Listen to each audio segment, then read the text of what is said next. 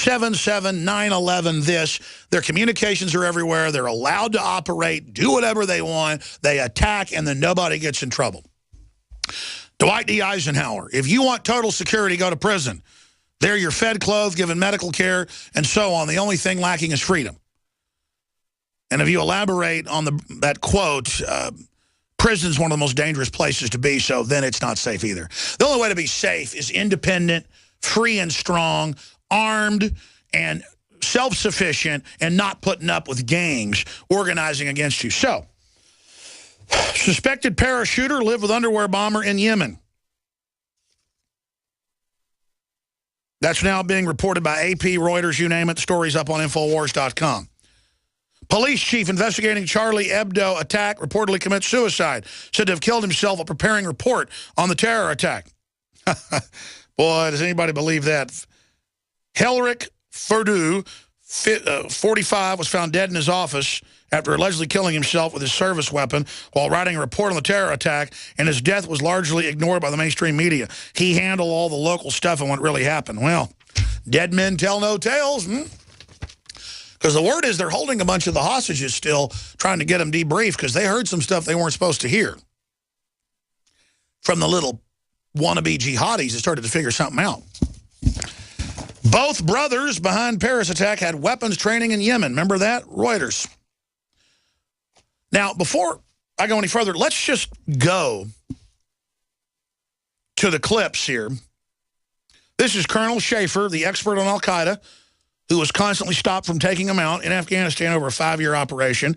Ammar al-Awlaki was an FBI asset, triple agent before 9/11. Here's Colonel Schaefer. Before 9/11.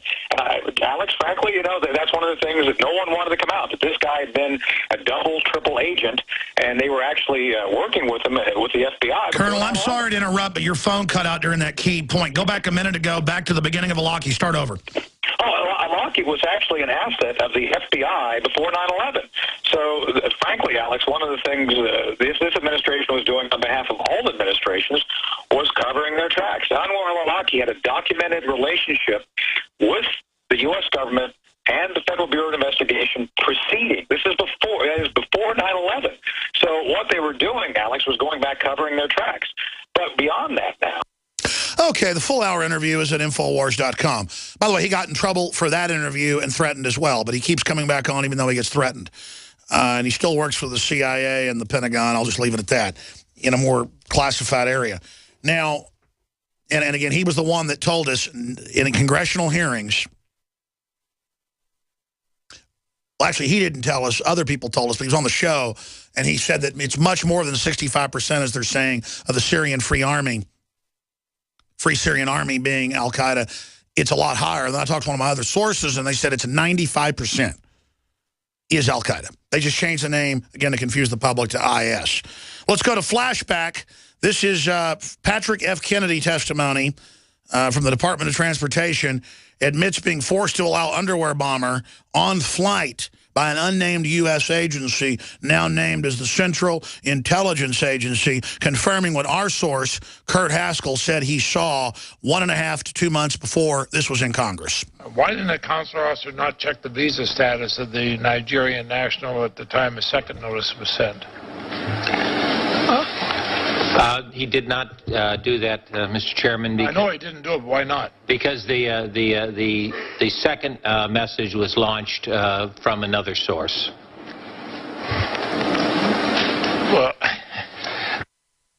7 days later, on January 27th. As I mentioned in my statement, Mr. Chairman, if we unilaterally revoked a visa, and there was a case recently up, we have a request from a law enforcement agency to not revoke the visa. We came across information. We said, this is a dangerous person. We were ready to revoke the visa. We then went to the community and said, should we revoke this visa? And one of the members, and we'd be glad to give you that out in private, said, please do not revoke this visa. We have eyes on this person. We are following this person who has the visa for the purpose of trying to roll up an entire network, not just stop one person.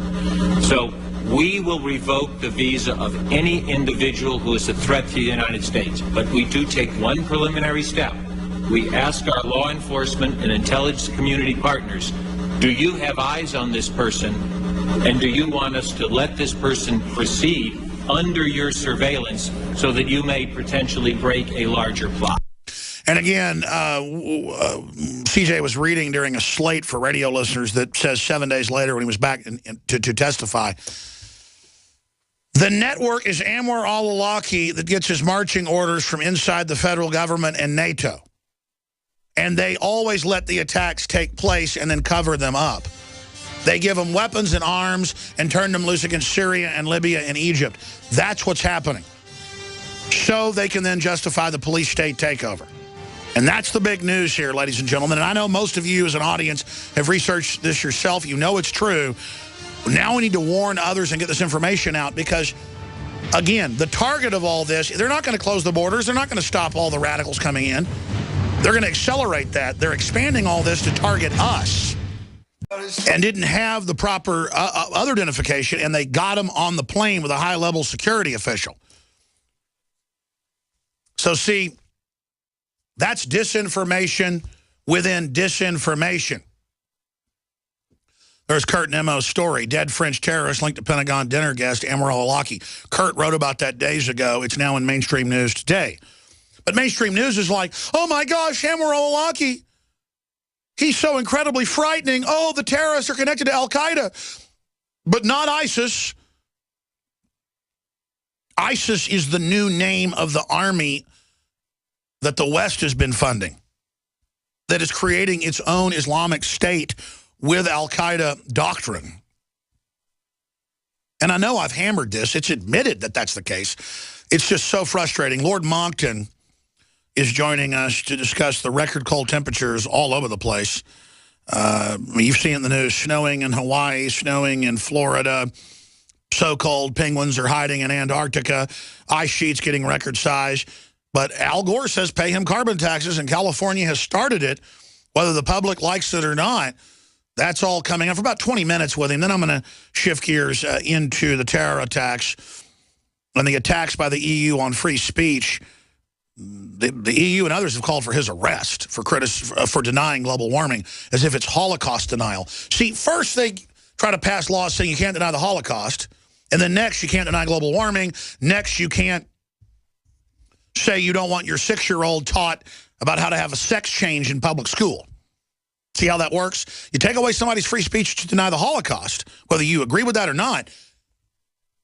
You then take away everybody else's free speech. That's kind of how it works. So to have France making a big deal about free speech and having all these rallies and mainstream media behind it, well, now they're coming out, and DrudgeReport.com linked to this yesterday. Government prepares internet speech crackdown following Paris attacks. Another report by Kurt Nemo with the announcement. So they're now getting ready to surveil more, take more internet freedom away, when these guys were flying around the world at terror training bases and the government was watching them and let them do it. We'll also get into this. Police chief was doing a report on it. He was the police chief in charge where they were finally taken out, and well, he got found dead while he was writing the report. Yeah, this is definitely a false flag where they protected the radicals. I can't believe it. It's just, again, I mean, how'd they get rocket launchers into the country? How'd they do all this? And now Paul Watson, who is not the conspiracy theorist, has a report, Infowars.com, weird footage prompts claims of Charlie Hebdo conspiracy, Infowars.com. And we've got the video. And Paul, the first few days, was criticizing people, saying it doesn't look like the cop shot in the head. And now Paul is getting into it. So I just can't believe it. I just, even when we don't think it's staged, it's staged. Complete with dead police chiefs and everything that they're not reporting on very much. I mean, this whole thing stinks. And the media is collectively not pointing out that, hey, we put him in charge, and now the terrorist, the one that lived, has run to Syria through Turkey. Same deal. Now ISIS claims a CENTCOM hack. There's a lot of news, Infowars.com, PrisonPlanet.com. That's from DrudgeReport.com. It's all coming up. Also video on Infowars.com, NFL facing accusations of fixing Cowboys-Packers games. Please visit InfoWarsStore.com and check out all the amazing specials. Stay with us. Thank you for listening to GCN. Visit GCNlive.com today. The average person's life is filled with unexpected challenges.